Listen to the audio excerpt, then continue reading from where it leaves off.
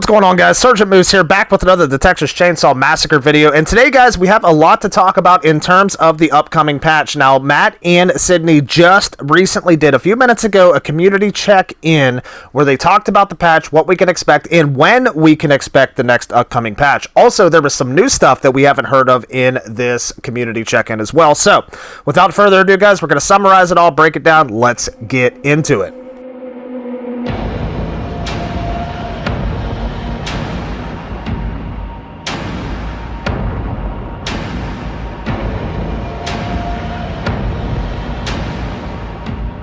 Alright guys, so the purpose of these videos is to summarize the community check-ins, their live streams, things like that, to make them a lot shorter, and we're going to summarize them, kind of talk about everything a little bit. So I took a bunch of key points out from the stream, and we're going to talk about some of the things we can expect. So let's fire it off right now, guys. We're going to start with the very first thing that we've gotten here.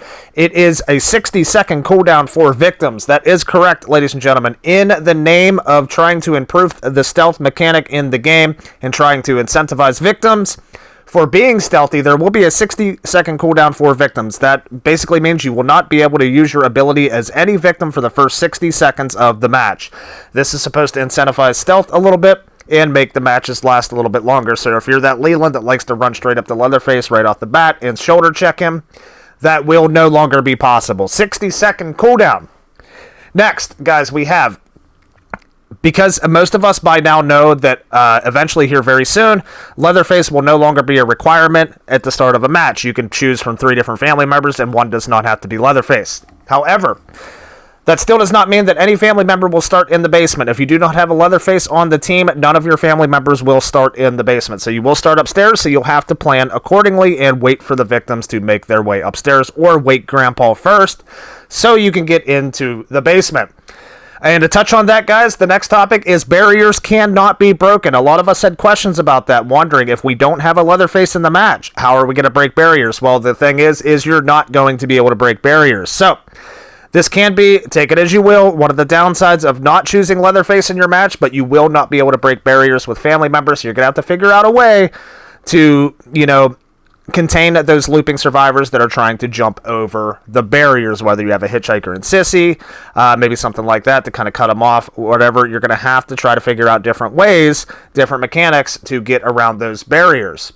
Next, guys, we have toolbox, bone scraps, etc. will now follow victims for a while. So as most of you know that do play victim, if you're one of those guys that like to spam the toolboxes, you like to spam the bone scraps, things like that, they do make noise, but the noise currently stays stationary to that area. Now, the noise will also follow the victims for a period of time. They didn't say how long the period of time is, but it will follow you, so keep that in mind.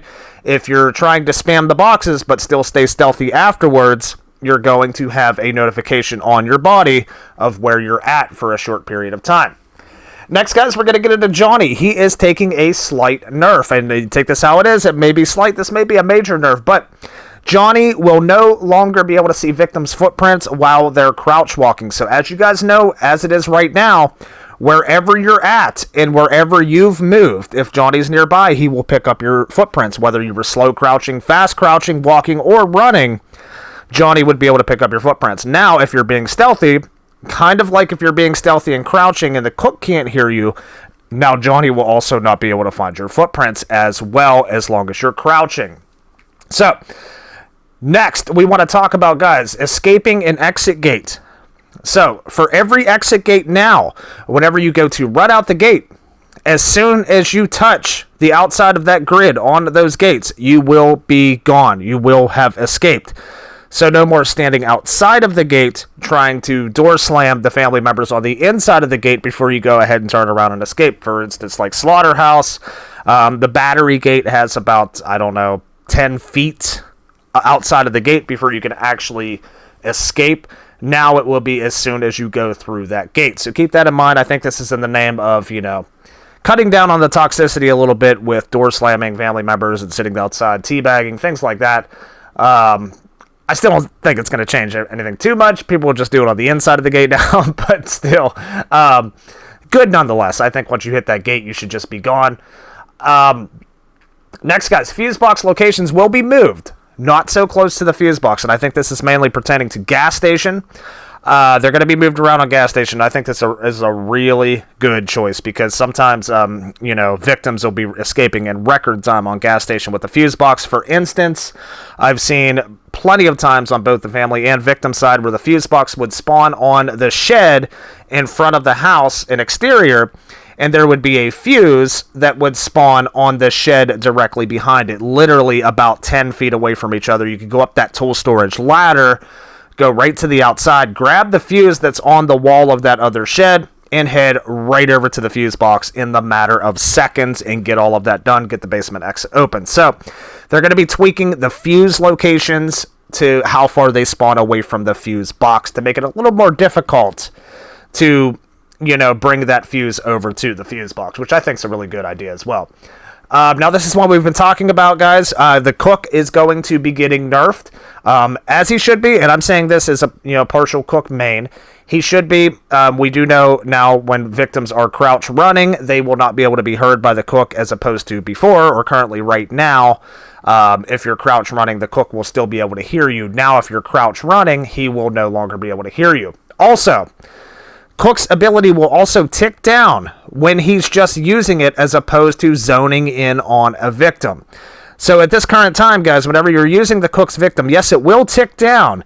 However, it will not tick down as fast until you're honing in on a victim. But that's going to be changed. His cooldown, or should I say, it will tick down while he's using the ability, no matter if he's honing in or not. So good changes here to the Cook. I think Cook is pretty damn powerful as it sits. Next, guys, we do have a patch release date. Now, does this mean for the DLC? I'm not entirely sure. I did not hear the words DLC come out of their mouth with this patch, but they did say that the DLC will be released before the end of this month, and this is right before the end of this month. The patch release date is November 28th, guys. So look forward to that on November 28th. I'm assuming the DLC may be on that date as well, or it should be somewhere around that time. New map coming into the game, guys, as you saw in the little teaser trailer of Nancy and Danny. It is going to be called Nancy's House. And as for Nancy and Danny, they will both have their own unique perks. So we're going to see some uniqueness from both of those guys on their skill trees, and they will also obviously have their own skill trees as well. Also, guys, just a few more things. New victim perks are coming soon. That should be interesting. I'm interested to see what they're going to do and how they're going to affect the pacing of the game and, how they're going to change up things. It's going to be exciting to see what kind of new victim perks we're getting coming soon. Last but not least, ladies and gentlemen, skins for the Cook and other characters are coming soon. They did today confirm that there are skins in the works for the Cook, as well as other characters. However, there is no release date or timeline on that, but just know that they are coming. So that should wrap it up, ladies and gentlemen. We summarized the stream quite a bit. We took a lot of key points out of that, but guys, we have a lot of big changes. Of course, November 28th, be looking out for that. That is approximately in 12 days from the making of this video. So looking really excited about that, and of course the DLC coming up too. But let me know what you guys thought about this video and the upcoming changes and patch. I hope you guys enjoyed it. If you did, feel free to drop a like and subscribe to the channel if you haven't already. My name's Sergeant Moose. Thanks so much for tuning in, and we'll see you guys on the next one. Take care.